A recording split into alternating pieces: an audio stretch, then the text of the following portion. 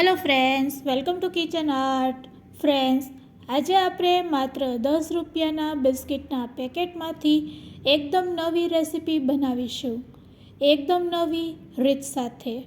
તમે વિચાર્યું પણ નહીં હશે કે આ રીતે આપણે ખૂબ જ સસ્તી મીઠાઈ ઘરે બનાવી શકીએ છીએ, એ પણ બિસ્કિટમાંથી. ખૂબ જ ઓછા સમયમાં આપણે આ મીઠાઈ બનાવતા શીખીશું. રેસીપી સારી લાગે તો લાઈક અને શેર કરજો. અને જો તમે મારી ચેનલ ઉપર નવા હોય અને મારી ચેનલને હજુ સબસ્ક્રાઈબ ન કરેલ હોય તો સબસ્ક્રાઈબ કરી બાજુનું બેલ બટન દબાવવાનું ભૂલશો નહીં, જેથી કરીને તમને મારા નવા વિડીયોનું નોટિફિકેશન મળતું રહે. આ રેસીપી બનાવવા માટે સૌપ્રથમ આપણે બિસ્કિટ પસંદ કરશું. તમે કોઈ પણ બિસ્કિટ લઈ શકો છો. તો આજે આપણે પાર્લેના 3 બિસ્કિટ લેશું, 5-5 રૂપિયાવાળા. તેમાંથી આપણે 2 પેકેટને આ રીતે પહેલાં તોડી લેશું અને તેમાં રહેલા બિસ્કિટને કાઢી લેશું પ્લેટમાં. તો અત્યારે આપણે ફક્ત 2 પેકેટને આ રીતે તોડીશું. જો 10 રૂપિયાવાળું પેકેટ હોય તો ફક્ત 1 પેકેટના બિસ્કિટને આપણે પ્લેટમાં આ રીતે લઈ લેશું. તો અહીંયા આપણે બિસ્કિટને તળવાના છે, તેના માટે ગેસની ફ્લેમ આપણે ચાલુ કરીશું અને એક કઢાઈમાં ફક્ત 2 ચમચી જેટલું આપણે ઘી ગરમ કરીશું. આ રીતે ઘી સારું એવું મેલ્ટ થઈ જાય એટલે તેમાં આપણે બિસ્કિટને તળી લેશું. ઘી ગરમ થઈ જાય એટલે ગેસની ફ્લેમ લો કરી દેશું અને પછી એક આ રીતે આપણે બિસ્કિટને એડ કરતા જઈશું. હવે ફ્રેન્ડ્સ, તમને એવું લાગતું હશે કે ઘીમાં બિસ્કિટ થોડા તળાય, પણ ફ્રેન્ડ્સ, જે રીતે આપણે ઠંડી રોટલીને તેલમાં તળતા હોય છે તે જ રીતે અહીંયા આપણે મીઠાઈ બનાવી રહ્યા છીએ. તો આ મીઠાઈમાં આપણે ઘીનો ઉપયોગ કરવાના છે.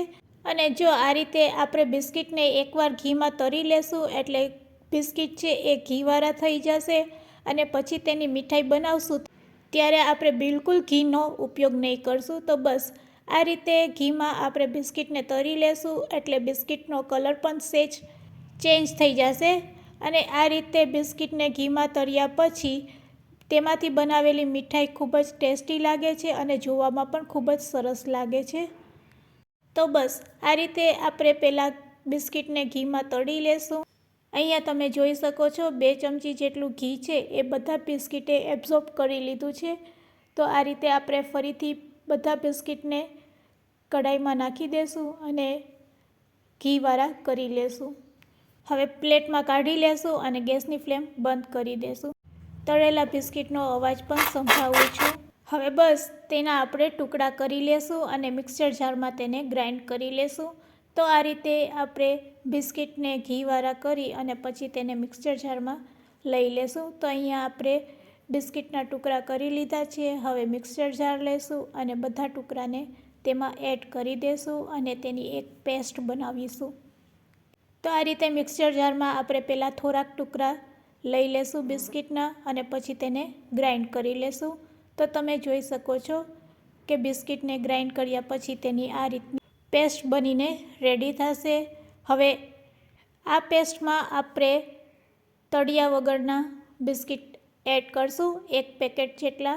તેના પણ આપણે ટુકડા કરીને જ એડ કરશું. ફરીથી તેને ગ્રાઇન્ડ કરી લેશું. હવે ગેસની ફ્લેમ ચાલુ કરીશું અને પેન અથવા તો નોનસ્ટિક કઢાઈમાં આપણે 2 ચમચી જેટલી ખાંડ અને 2 ચમચી જેટલું પાણી એડ કરશું અને 1 તાળ જેવી ચાસણી બનાવીશું. તો ફ્રેન્ડ્સ, અહીંયા આપણા બિસ્કિટ મીઠા છે તો અહીંયા આપણે ખૂબ જ ઓછી ખાંડનો ઉપયોગ કરીશું અને 1 તાળની ચાસણી બનાવીશું. જેમ જેમ તમે હલાવતા જશો તેમ તેમ ચાસણી છે એ બનતી જશે. તો હવે તમે જોઈ શકો છો અહીંયા આપણી 1 તાળની ચાસણી રેડી છે. તો તેમાં આપણે એલચીનો પાવડર એડ કરી દેશું. એલચીના પાવડરને આપણે ચાસણી સાથે મિક્સ કરી લેશું.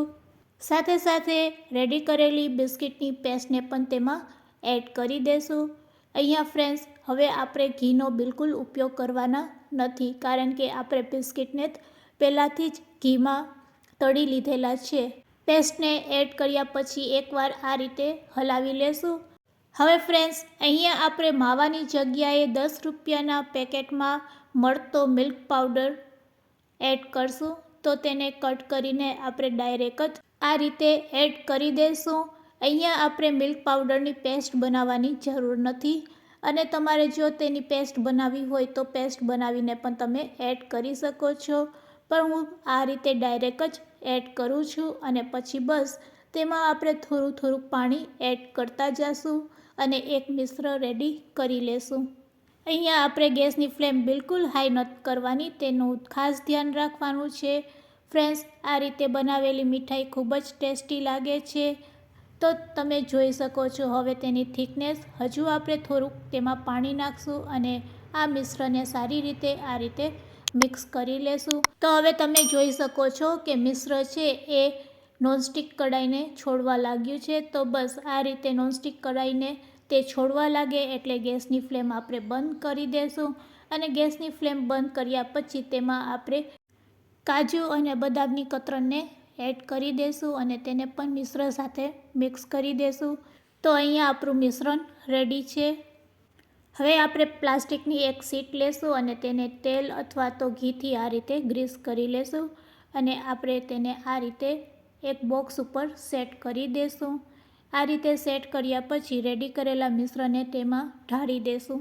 એ વાતનું ખાસ ધ્યાન રાખવાનું કે આપણું ગરમા ગરમ મિશ્ર હોય ત્યારે જ તેને આ રીતે આપણે સેટ કરી લેશું.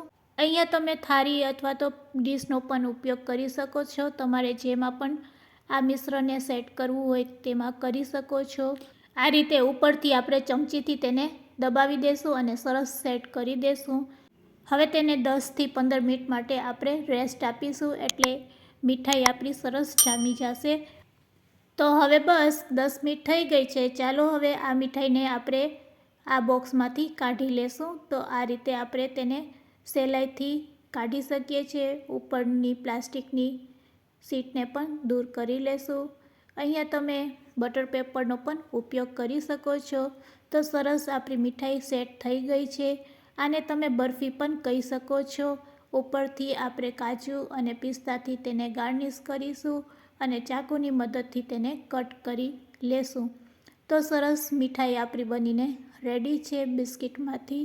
તો ફ્રેન્ડ્સ, તમને કંઈક નવું બનાવવાનું મન થાય ત્યારે તમે પણ ચોક્કસથી આ રેસીપી ટ્રાય કરજો. તો રેડી છે આપણી બિસ્કિટની બરફી. સર્વ કરવા માટે તેને આપણે સર્વિંગ પ્લેટમાં લઈ લેશું અને સર્વ કરીશું. તો ફ્રેન્ડ્સ, આજની આ રેસીપી તમને કેવી લાગી તે મને કમેન્ટ્સમાં જરૂરથી કહેજો અને રેસીપી સારી લાગી હોય તો શેર કરવાનું ભૂલશો નહીં. Thanks for watching. ફરી મળીશું એક નવી રેસીપી સાથે.